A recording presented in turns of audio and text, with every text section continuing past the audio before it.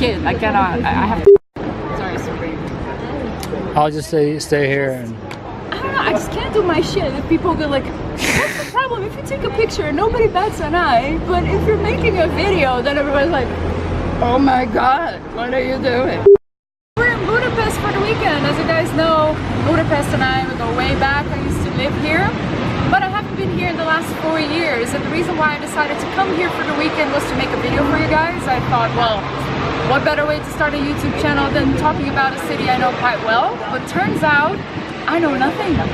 So many things have changed in the past 4 years. Like the airport has been renovated, the money looks different, like the bills have been redesigned, there's a whole new metro line. My favorite bar looks different, my second favorite bar doesn't exist anymore, and its owner bought my third favorite bar, which was now turned into a generic club with top 40 music. Even the university where I used to study, the Central European University here behind me, may not exist in the near future. That's why you're seeing the sign with the words I stand with CEU. The Hungarian parliament just passed a law that basically makes it impossible for this American university with a completely diverse and multicultural faculty to keep existing. I'm gonna leave some links for you guys in the description box down below so you know more about this whole story.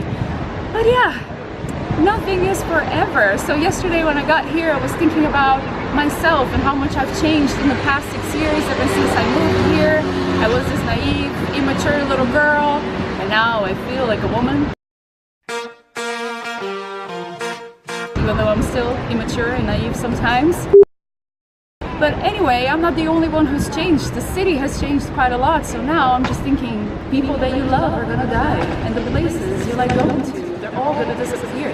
Keep that in mind. So I completely changed my plans. Instead of making a video about my favorite places to go here, which might not even be accurate anymore, I just decided to make a video about why I love Budapest, because that's one thing that will not change.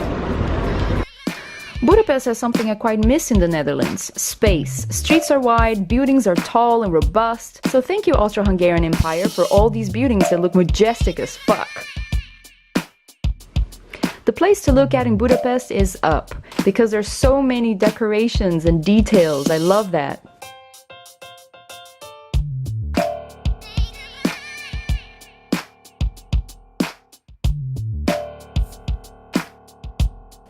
The Hungarian parliament is by far the most majestic of them all. It's the second biggest parliament building in the world. And it looks even more amazing once you get in.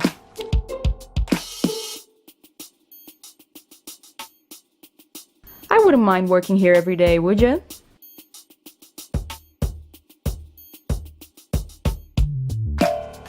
But unfortunately, our tour guide in the parliament was a bit hard to understand.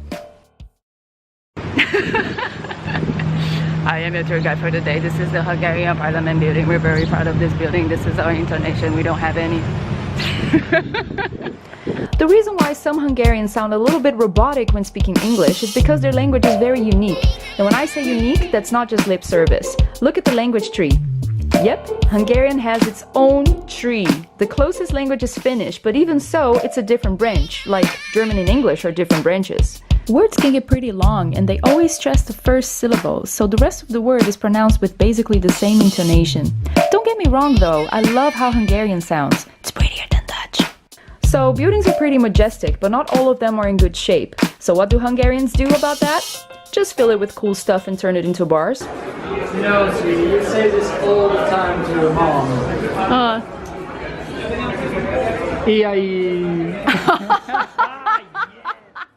But it's at night that Budapest's ruin bars really come to life.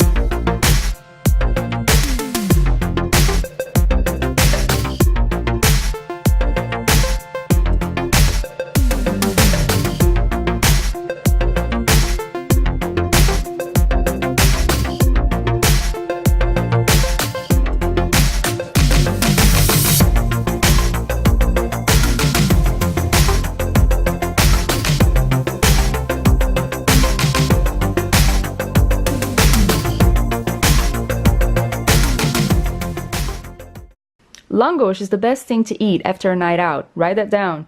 It basically consists of fried dough, sour cream, garlic, and cheese. Food is definitely one of my top reasons to love Budapest. It's sad most tourists only stick to goulash soup and beef stew when there's so much more. Try it all. except unicum. That thing's just gross. I love how Hungarians use sour cream and cottage cheese for everything, sweet or savory. And the best hummus I've ever eaten is in Budapest. I used to come to this place all the time when I was a student. Look how much food you can get for just 14 euro for the both of us. But even the restaurants that are more touristic or sophisticated don't cost a fortune. You can eat amazingly well in Budapest without breaking the bank.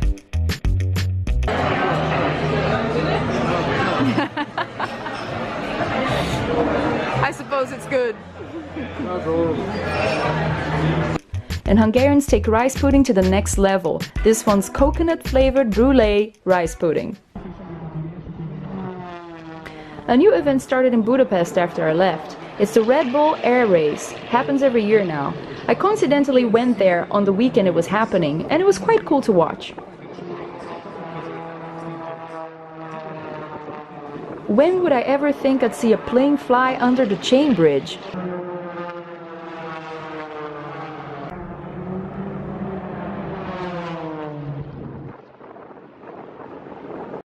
Speaking of the chain bridge, I'm pretty sure that's the first thing that comes to your mind, or to Google Images, when you think of Budapest. It's indeed really pretty, especially at sunset and at night, but to me, Liberty Bridge is the most beautiful one. I just love all the details it has. I might be biased because I used to live near it, and every time I felt sad or lonely or missed my family, this is where I went. I'd come here and just gaze into the Danube until all thoughts disappeared.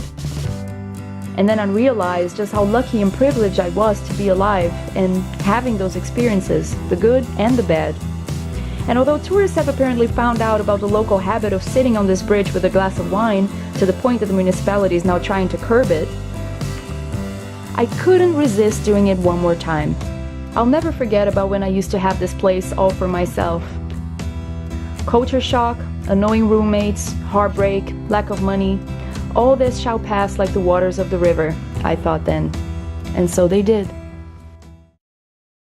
And here's another place I used to spend a lot of time at. This table at the California Coffee Company in front of St. Stephen's Basilica. I used to come here to study, with a view. By the way, try their hot white chocolate in the winter and their iced chai latte in the summer. Last but not least, let me tell you about the smell that defines Budapest to me. Their subway stations have the longest escalators I've ever seen in my life, and the higher you get, the stronger the smell of Prince's Bakery gets. They have one in almost every station. Don't be fooled though, because the croissants are crap, but I haven't smelled that anywhere else. That's the smell of times that will never come back. That's the smell of where it all began. And while Budapest and I are no longer the same, it's nice to know that we can always catch up.